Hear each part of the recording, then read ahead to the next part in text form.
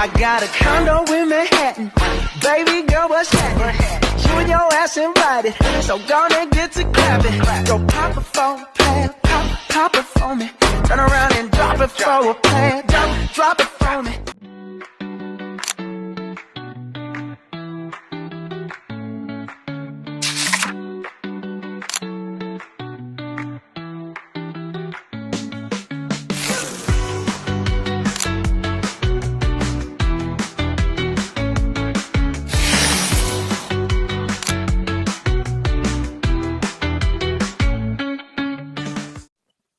Pernah nggak kalian mikir, selain investasi itu, terus apa? Udah selesai gitu aja?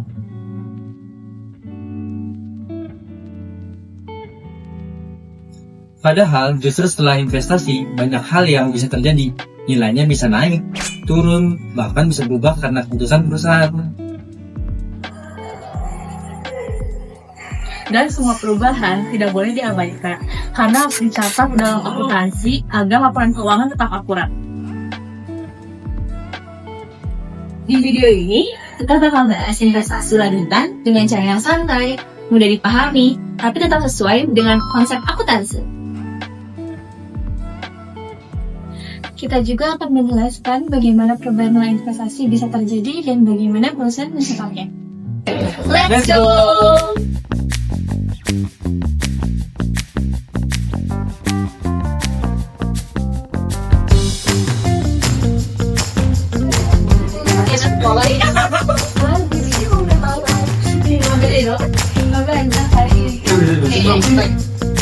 Kayaknya belum ada dosennya.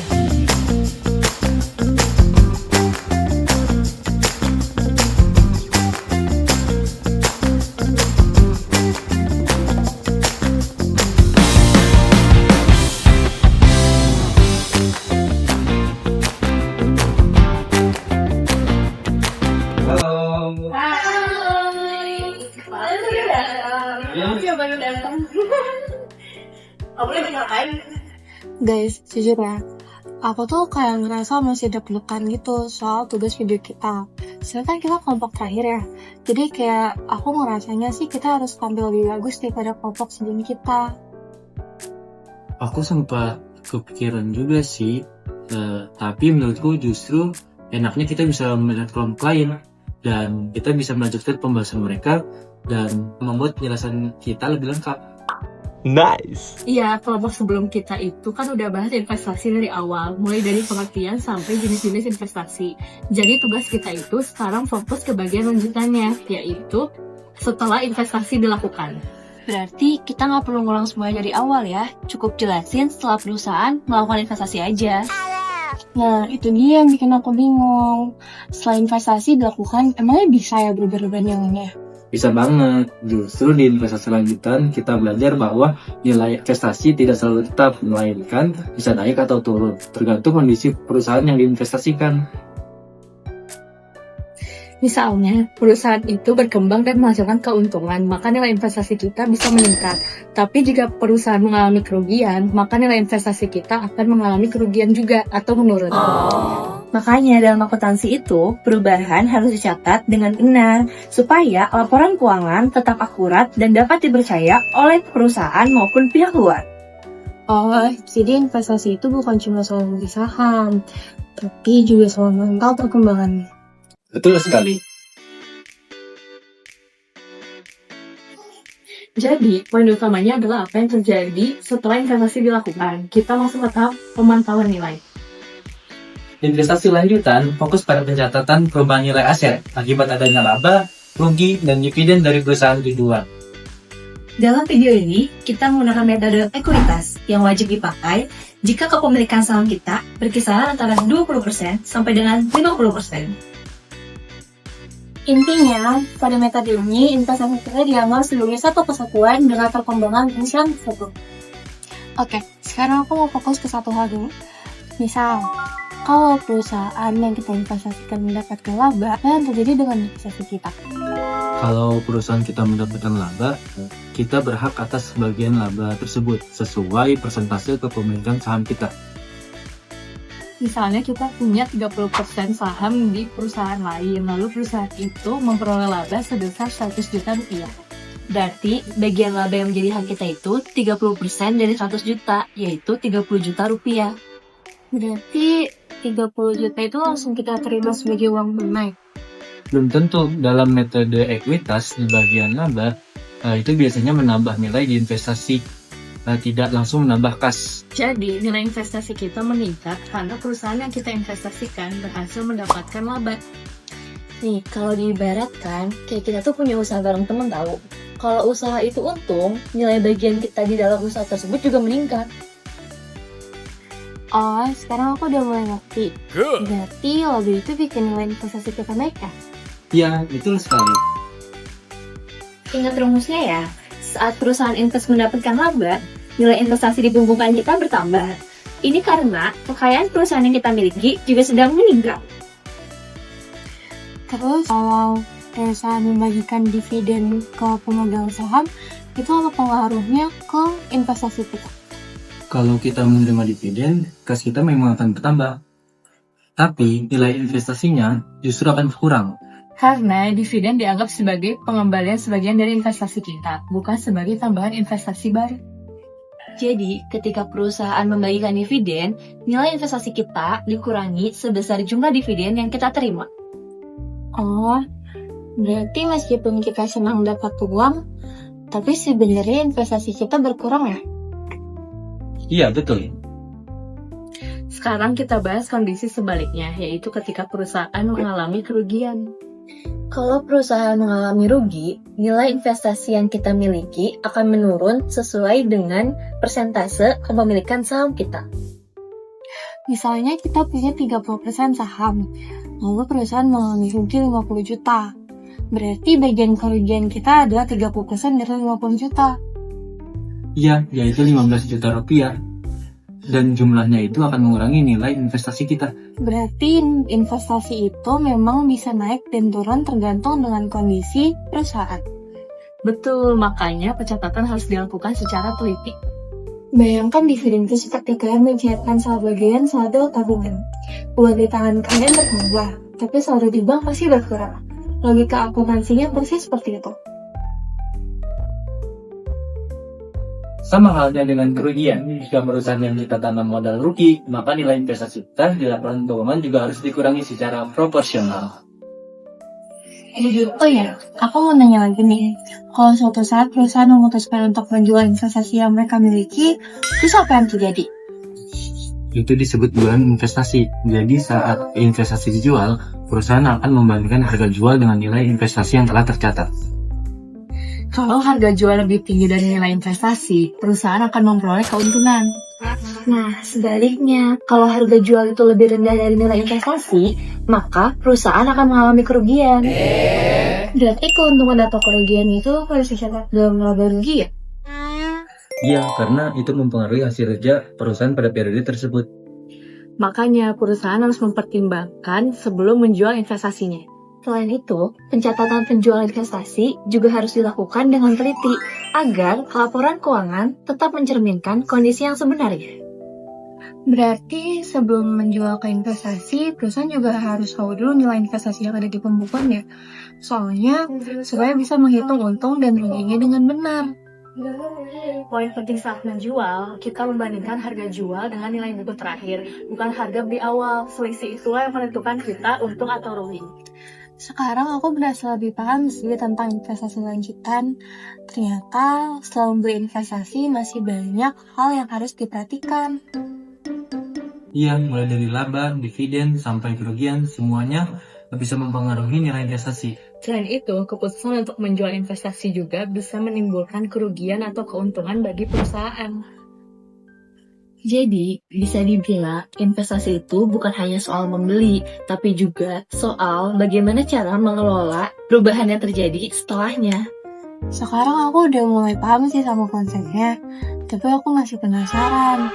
Gimana sih kalau kita lihat contoh kasus yang lebih nyata? Setuju. Dengan melihat contoh kasus, kita bisa memahami bahwa perhitungan dilakukan secara langsung. Selain itu, kita juga bisa melihat bagaimana nilai investasi berubah dari waktu ke waktu. Oke, sekarang kita akan lihat contoh kasus sederhana mengenai investasi lanjutan menggunakan metode ekuitas.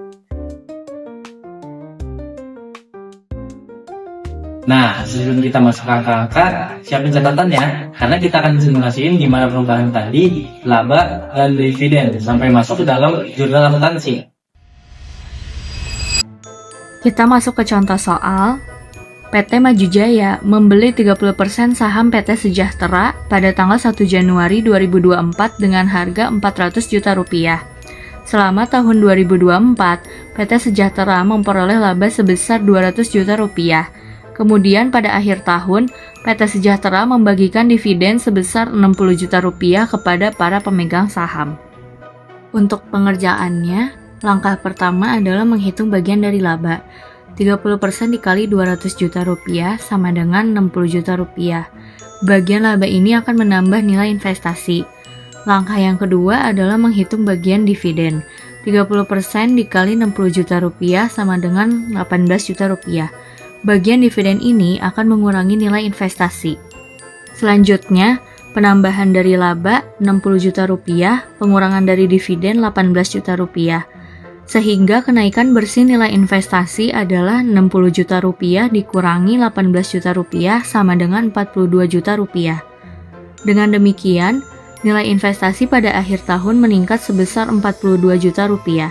Nilai investasi akhir 400 juta rupiah ditambah 42 juta rupiah menghasilkan 442 juta rupiah. Berikutnya di sini ada bagian jurnal. Yang pertama kita lihat di tanggal 1 Januari 2024 itu saat pembelian investasi, yang dimana investasi pada PT Sejahtera berada di debit senilai 400 juta rupiah dan kas berada di kredit sebesar 400 juta rupiah. Lalu berikutnya di tanggal 1 masih yang sama 1 Januari 2024 itu merupakan saat mengakui bagian laba.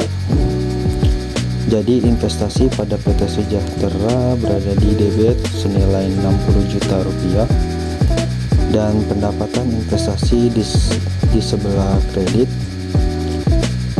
senilai 60 juta rupiah. Dan yang terakhir 1 Januari 2024 itu saat menerima dividen. Kas berada di debit senilai 18 juta rupiah dan investasi pada PT Sejahtera di kredit 18 juta rupiah. Nah, dari soal tadi bisa kita lihat bahwa setiap perubahan dalam investasi harus dicatat dengan benar agar laporan keuangan tetap akurat. Mulai dari laba, dividen, dan penjualan investasi, semuanya berpengaruh kepada nilai investasi perusahaan. Makanya penting banget memahami investasi lanjutan karena prosesnya nggak berhenti setelah investasi dilakukan. Sekarang kita bisa simpulkan apa saja hal penting yang perlu diperhatikan dalam investasi lanjutan. Kesimpulannya, investasi dalam akuntansi itu tidak berhenti di nota pembelian saja. Ini adalah proses berkelanjutan yang butuh ketelitian. Dengan pencatatan yang benar, laporan keuangan akan mencerminkan kondisi ekonomi yang sebenarnya, sehingga keputusan bisnis bisa diambil dengan tepat.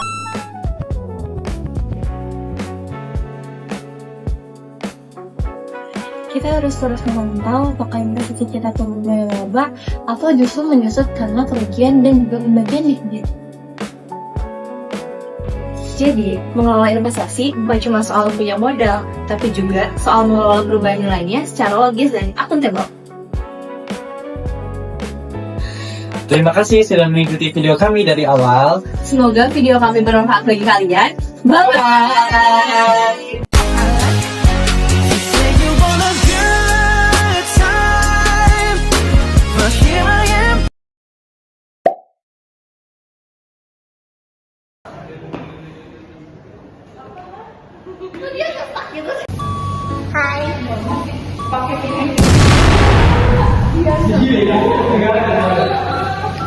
Kita lagi tag video intermediate. Alright, now here we go.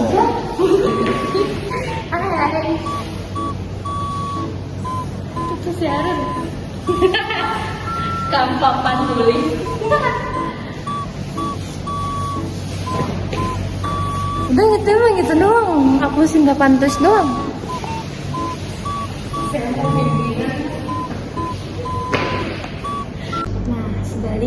Kalau harga jual itu maka perusahaan akan mengalami kerugian. Berarti keuntungan atau kerugian